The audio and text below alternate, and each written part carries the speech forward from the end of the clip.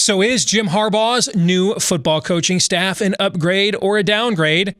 We'll discuss next on this week's episode of Michigan Podcast. But there's going to be one team that's going to play solely as a team. No man is more important than the team. No coach is more important than the team. The team, the team, the team. Looks deep for Anthony Carter. Waits for it. Hip. Caught. This is no time for that. In the pocket and a sack.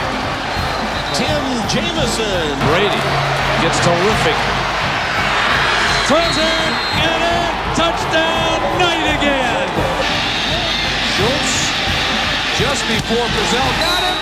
And a leaping interception by Woodson. Harbaugh back to throw over the middle. Caught by Collier at the 5 on his feet. Touchdown, Michigan. On its way. It's good. He's 5'7", 179 pounds, a junior at Michigan. But Jamie Morris packs a wallop, and he delivers for Bo Schembechler. And here's your first play. Pressure coming. Sack. It is Glenn Steele, number 81, who fought his way through the traffic. Option. And Robinson calls his own number, and he's going to score. Oh, an easy touchdown for Robinson and Michigan.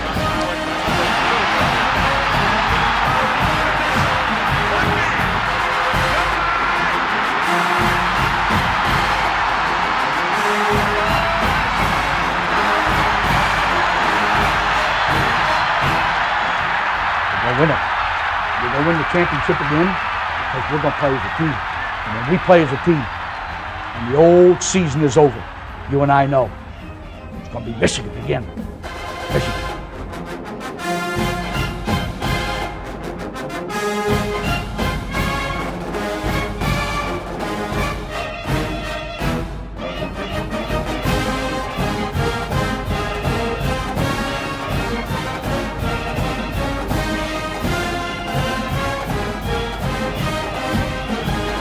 Go Blue, I'm Steve Deace. Welcome to this week's episode of Michigan Podcast. We have a treat for you coming up a little bit later on in the program. Of course, Super Bowl 55 is this weekend.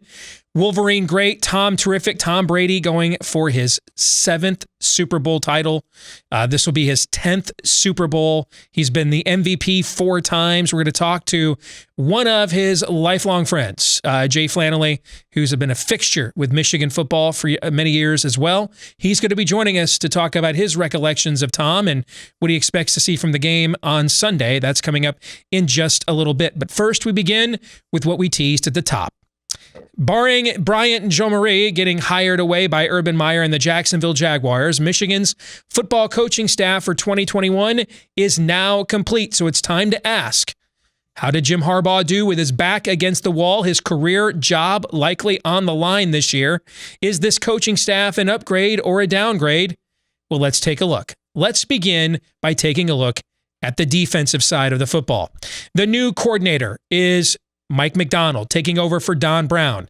Now, we don't know anything about Mike Mcdonald. He comes over from the Baltimore Ravens, where he had been the linebackers coach. We had not even heard his name discussed anywhere as a hot coaching candidate, a new defensive coordinator. There's a lot of now speculation that he was on the come. We don't know. We do have to assume, and I think it's a reasonable assumption, that John Harbaugh would not have sent his brother a complete lemon in his time of need. So that probably gives Mike Mcdonald some form of the benefit of the doubt. But let's not mince words here. Even though Don Brown probably stayed a year longer than he should have, this is still for a few years. His first few years in Ann Arbor, he was one of the best defensive coordinators Michigan ever had. Things have just gone downhill, especially ever since the 2018 Ohio State debacle. But before that, I mean, Don Brown was considered one of the best in all of college football, and it didn't take long for him to land another Power 5 job. So I don't know how you can consider this position an upgrade. The defensive line, Sean Nua remains for reasons only Allah knows.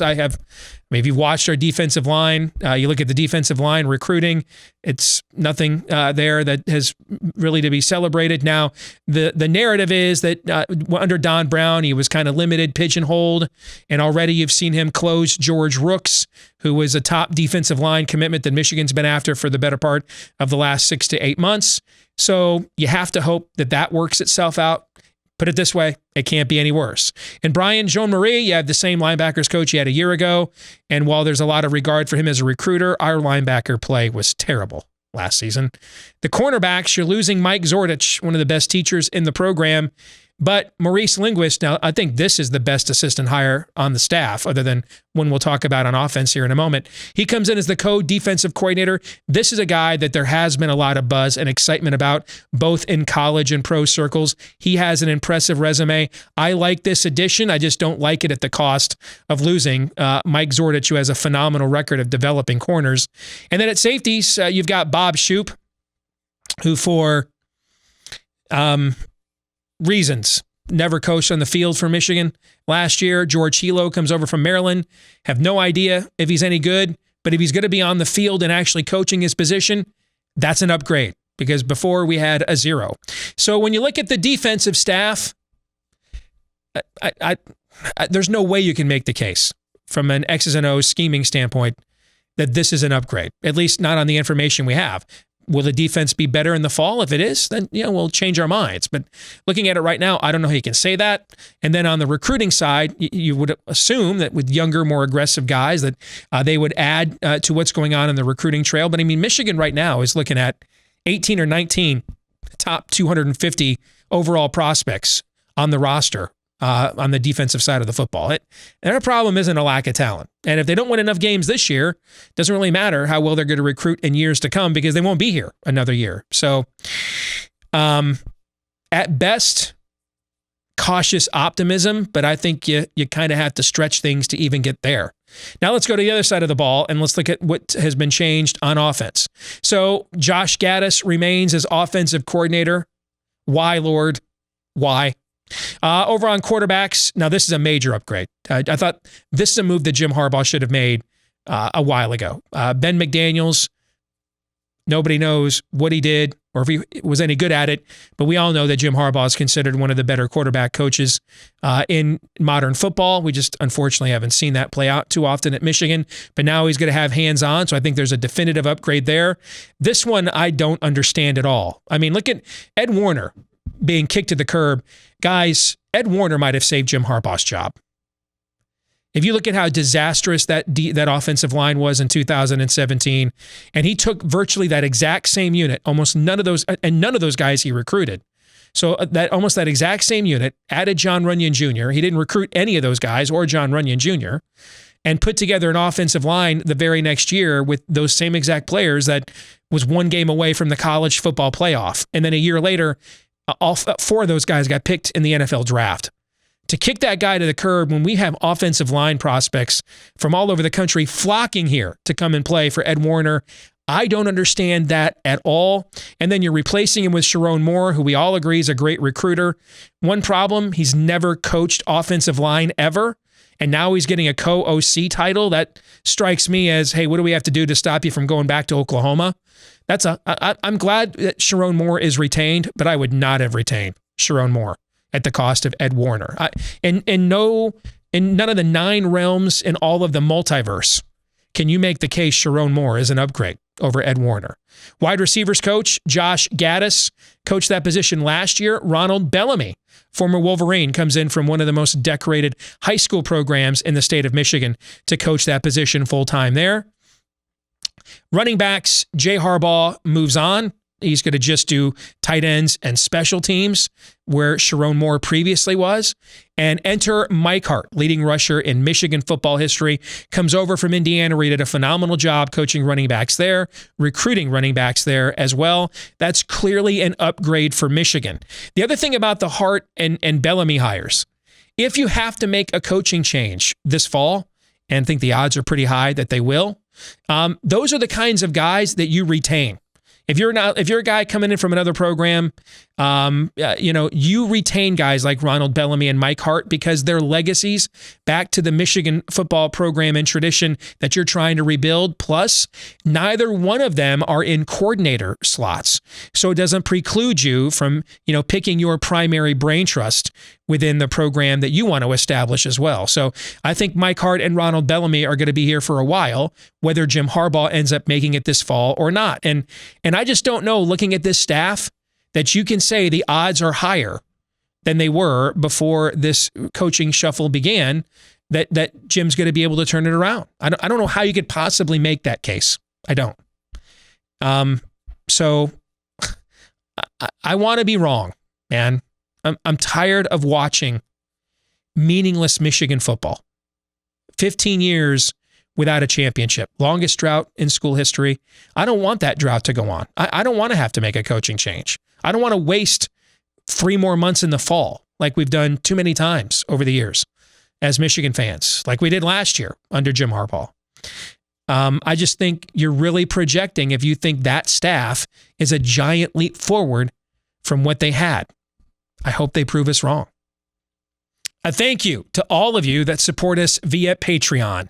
Patreon.com/Michigan Podcast. So many of you have asked for the last few years, hey, how can we support what you guys are doing? That's the best way, is to support us via Patreon. There's 3 different levels that you can do that, but if you just sign up for the exclusive club at $5 a month, you also get reaction podcasts throughout the year, as well as our handicapping predictions. And right now we're in the throes of college basketball season. So thank you to the hundreds of you that are supporting us right now on Patreon, and you're welcome to do the same at patreon.com/Michigan Podcast.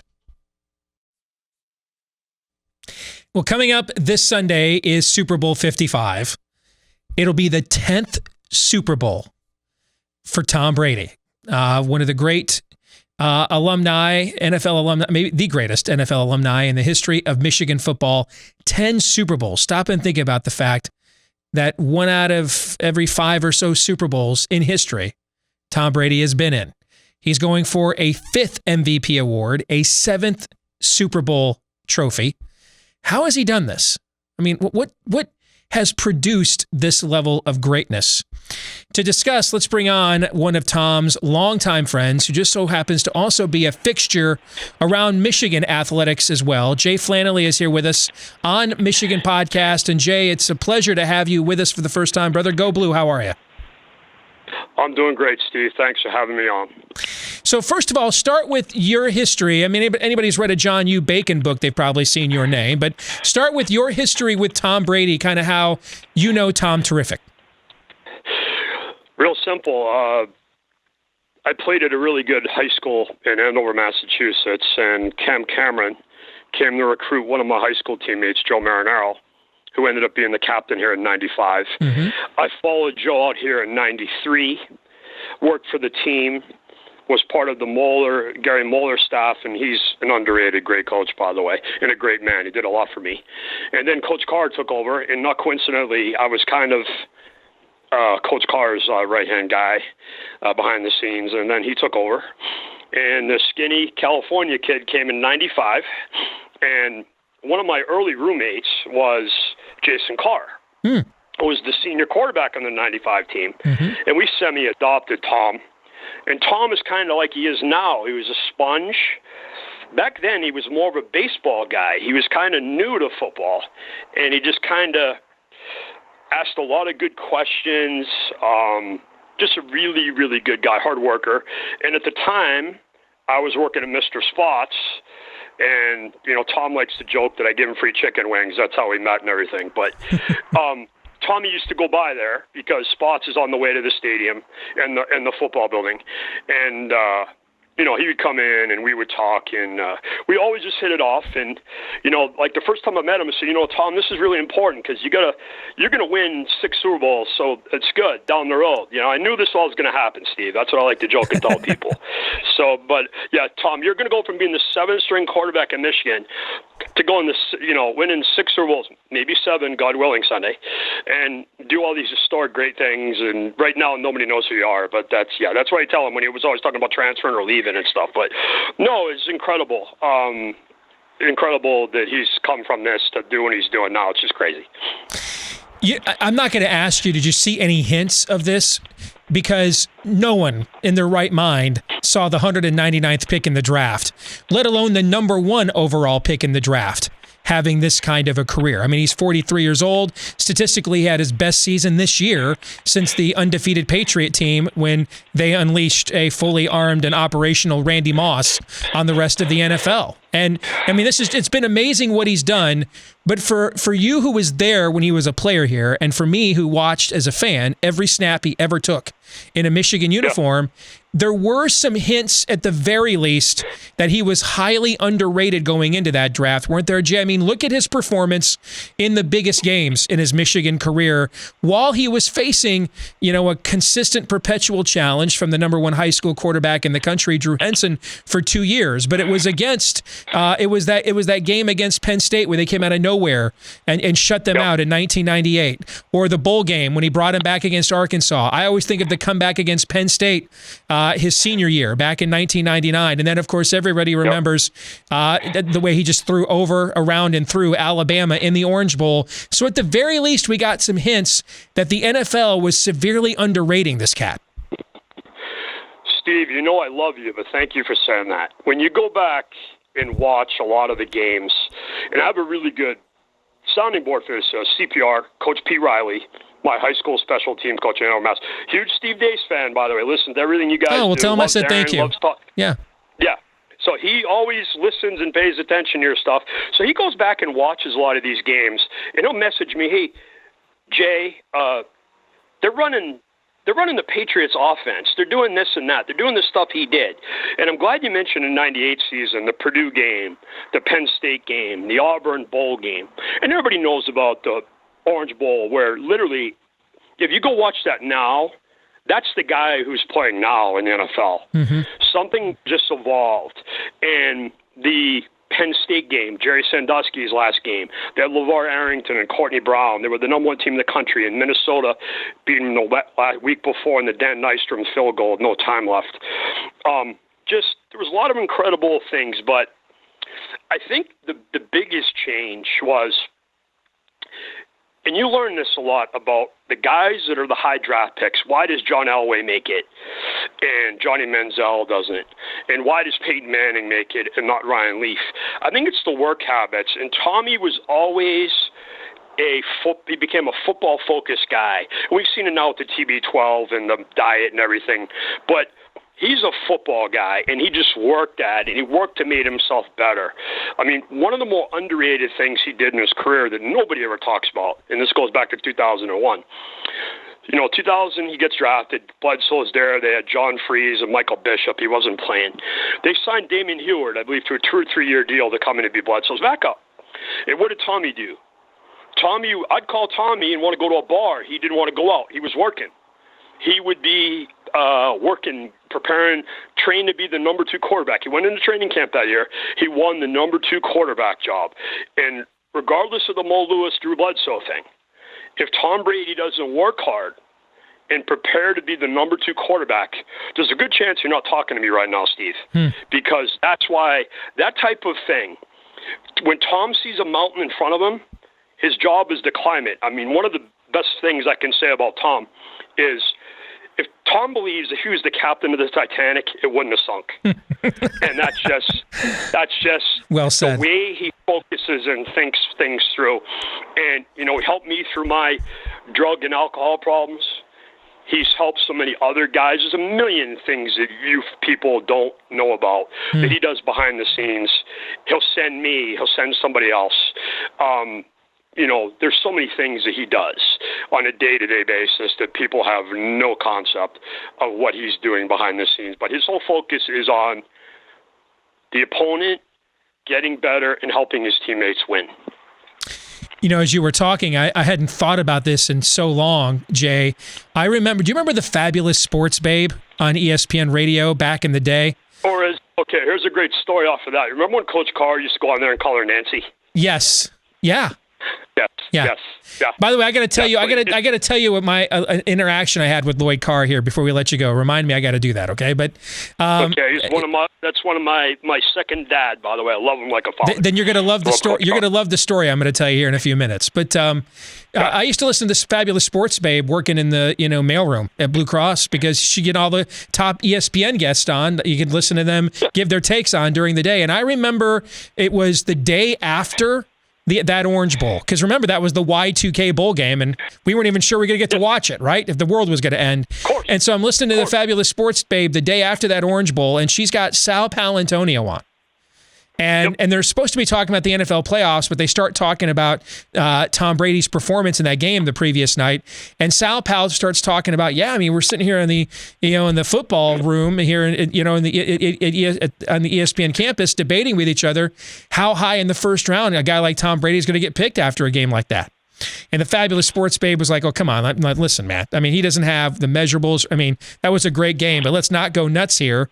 And, of course, he ends up going in the 6th round.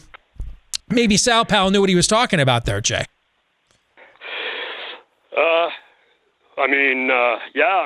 Sal has been around the game, and he talks to a lot of different people. But no, if you go back to the draft, because I was talking to Tom at the time, he was told, I think he would go in the anywhere from the 2nd to the 4th round, and he had like 4 or 5 different teams, and one of them was the New York Giants, and there were a couple other ones that were talking to him. And that's part of the famous story where he was out in his yard breaking the bat in his yard, and he wasn't really doing well. And, I get all this credit for being Tom's friend. Let me give everybody here a little life lesson. I know you love this type of stuff, Steve, but I never looked at Tom Brady and said, wow, he's going to be Michael Jordan. He's going to be Michael Phelps. He's going to be Muhammad Ali. He was just my friend. I called him literally an hour after the draft. And he and I used to hang out and watch games on the NFL on Sunday, and I'd wear my Drew Bledsoe jersey, and he would wear his 49ers stuff. And he was so happy to be drafted. And the best part of this is he didn't know what New England was. And that's how I got started doing the scouting reports for him on the teams. But the best line ever, so he's getting ready to hang up on me. And he knows I love Drew Bledsoe, and he says, Beef, and he was half joking and half serious, I'm going there to take Bledsoe's job.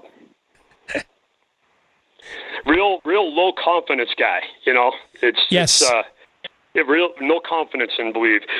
He's Batman, but he thinks he can kick Superman's ass. I know you guys are comic book people, you so bet. I'll use that for you. Absolutely. So what do you think happens Sunday? They're the first team to ever play a home game for the Super Bowl, and of course it's going to be sparsely populated because of COVID restrictions, but still, it is the Super Bowl. Listen, there's so many amazing stats with this guy, Jay, but this one I saw last week might be the most amazing of them all. Already this year, his 1 year with the Buccaneers, he has as many road playoff wins in 1 year with the Buccaneers as Joe Montana had his entire career with the 49ers. He won in the NFL. He won one NFC championship game at Chicago, and he won one AFC divisional playoff game with the Chiefs. That's an incredible stat, Jay. I got a better one for you. Last weekend, Tom matched Aaron Rodgers and Drew Brees for NFC championships. Yeah, that's a good one too. His first year in the NFC. Yes, that's okay. Just to give you, there's so many stats with Tom. Like he's playing with Antoine Winfield's son. He played against him in college. Yeah. He's playing. He could draft, and I think Tom threw an interception to him in both college and the pro. I got to get it right. Hopefully, I got that one right. He'll kill me if I got that wrong. But the other one that's really interesting, Amari Rogers, the Clemson wide receiver, that is T. Martin's son, and T. Martin's one of the Brady Six. He's one of the 6 QBs that was drafted ahead of Tom. Wow. As far as the game goes, I'm going to break it down for you real easy. Every one of the games between Pat Mahomes and Tom Brady has been within a touchdown. I believe when you look at the combined scores in their 4 games, Tom is winning by 1 point. Here's the thing. This isn't Pat Mahomes versus Tom Brady. This is Pat Mahomes versus Todd Bowles and Steve Spagnuolo versus Tom Brady. And real simply put, the Chiefs run 2 types of coverages. They run cover 3, which is 1 deep safety, and cover 2 constantly. They blitz. They're around 35% blitz rate. But when they played the Bucs the first time, they're around 45%. And that was because of the score, what it was. The Bucs need to attack them with 4 verticals. That's 4 deeps. It can be a tight end, 3 wide receivers, or 4 wide receivers, because the Bucs have 5 wide receivers. Antonio Brown's going to play in the game, by the way. Or when they're in the 1 cover, That's when they will go 12 personnel, which is 2 tight ends, and they will try to hit Mike Evans over the top for a bomb. The Bucs hit 3 to 5 big plays in this game. They're going to win. The key whole thing here is that the Buccaneers defense and Todd Bowles, because they had destroyed by Tyreek Hill at the beginning of the game, but they have to make a decision. Bowles has to decide man or zone, because in man, that's Tyreek Hill. Zone, it's Travis Kelce. I think they will mix it up. I think they will get some pressure with the Chiefs' offensive line being banged up, and they'll get some pressure. The last time I bet against Tom Brady was never. So I'm never going to bet against him publicly, privately. I think they're going to somehow win the game. And you mentioned the crowd. One of the team doctors for the Bucs is a good friend of mine. He's on my Facebook, and he just messaged. I was talking with some of my Boston friends, and he said he thinks the crowd is going to be pretty good for the Bucs. This is a very strange game. The Super Bowl is strange normally because you have so many corporate people. Mm-hmm. Our types of people, Steve, the corporate hedge fund guys, those type of guys. Yes. Guys you and I roll with. Yes. Those type, big roller guys. So that's what I think there's going to be a little bit decided advantage. And the healthcare workers, the number now I believe is 25,000 is going to be at the game. But I think that's going to be the key to the game. And it's the defensive coordinators for everybody. But I think the Bucs are going to somehow win the game. I really do. Well, that'll disappoint Aaron because he's a lifelong Chiefs fan, but he won it last year, so he can get over himself. All right, I got to tell you my Lloyd Carr story before we let you go. Okay, so and then I got to get a shameless plug in, but go ahead after that. Go ahead. It's my first full-time year in sports talk radio here in Des Moines, Iowa, and I mean I want to go cover everything that we've never covered before, including Big Ten football media days. So I go to Chicago for the entire weekend, and the way they used to have it set up is on the second day, the players and coaches would all sit at individual tables, and you'd go around getting interviews or quotes. Well, I didn't. I didn't want to get like quotes from people. I'm not a newspaper writer. I'm a radio host. I'm going there to get long form interviews. So I go to Lloyd Carr's table, and I'm not wearing any Michigan gear or anything. I'm trying to put it off like I'm a professional. So I go to Lloyd Carr's table. Of course, it's jam-packed because he's the Michigan coach. I wait my turn, and then when there's a lull in the action, I step in with my recorder, and I start interviewing him like he's on my radio show. And I ask him like 2 or 3 questions, and then he does that. He answers them, and then like turns away like, okay, I had my shot. Now it's somebody else's turn. Well, you know this about me, Jay. I'm not easily deterred. Okay, and so I just kept asking my questions, and he's getting increasingly annoyed that I turned this into like a 12, 13-minute radio interview. And I mean, he was pretty rude to me at the end, but I don't care. I got the audio I wanted and then just walked away. All right. So after the interview session was done is when they have the banquet. And that's when the fans used to be allowed to come in and meet all the coaches and players and get photos and autographs and everything. So this is a few hours later. I go down in the line to get my picture taken with Lloyd Carr. And I wait, and I'm the last picture he takes. And I walk up to get my picture taken. He looks at me funny, and Lloyd says, "Wait a minute. Weren't you the dude just interviewing me a few hours ago that kept asking all those questions?" I said, "Yeah, Coach. I mean, I work for Iowa Sports Radio, but I'm a lifelong Michigan fan. I just didn't say that, at the beginning because I was trying to, make it look objective and professional." And he looked at me, Jay, and he said, "You should have just told me you were a Michigan fan going in. I'd have been a hell of a lot nicer to you." And then he took a picture, and we got along great after that. I thought you'd appreciate that. So, no, that's how Coach Carr is, and honestly, there's so many stories like that. You just interact with him and tell him how you're what you are, and he's always usually go above and beyond. And he has a thing with Iowa because he was very good friends with Hayden Fry, and a lot of the coaches there. Mm-hmm. The defensive coordinator was there forever, Norm Parker. I knew Norm Parker very well, and Norm Parker was my buddy. Yes. Yeah, so that, and I know you got Aaron there, who's a big Hawkeyes fan. But again, Steve, thanks for having me on. With the COVID and everything, I think it's important that people support you. And Patreon and all that. And out here in Michigan with the COVID, my buddies, Emden and Pete's House, everybody support them. Big Michigan fans. Come out, Pete's House, Emden, and Steve and all his Patreon partners. You get the three things going. You got you and Mark Rogers, Bigger 10, and Michigan Podcast. Tremendous stuff. Thank you, Jay. Appreciate it, man. Go Blue. Enjoy the Super Bowl, all right? Take care. Well, I won't enjoy it. I haven't enjoyed a game since September 23rd, 2001, but I will try in your honor, Steve. All right. Thank you, Jay. We'll come back and wrap things up on Michigan Podcast here in a moment. A thank you to all of you that support us via Patreon. Patreon.com/Michigan Podcast. So many of you have asked for the last few years, hey, how can we support what you guys are doing? That's the best way, is to support us via Patreon. There's 3 different levels that you can do that, but if you just sign up for the exclusive club at $5 a month, you also get reaction podcasts throughout the year, as well as our handicapping predictions. And right now we're in the throes of college basketball season. So thank you to the hundreds of you that are supporting us right now on Patreon, and you're welcome to do the same at patreon.com/Michigan Podcast. This week's Twitter poll results, we asked you, do you think Jim Harbaugh's football coaching staff is better or worse than last season? 46% of you said too early to tell. That's probably the most prudent choice. 30% of you said better. I want some of what you're having. 23.4% of you said worse. And that brings us to this week's feedback of the week from Poisonous Nut. Can take that a couple of different ways. He writes, although should we assume gender? Yes. Not a single one of your intro clips for this show is in HD. It's got to be tough to be so consistently terrible. Yes. Yeah. It is. You don't think I don't know that? I'm the one that picked the clips for the intro. I'm well aware of the fact they're all in standard definition. They're all formatted for a 19-inch color TV from Sears that you got from Maxwell Lord. Yeah, I'm well aware of that. Thank you for rubbing it in, Poisonous Nut. And that's where I would like to kick you. Thank you.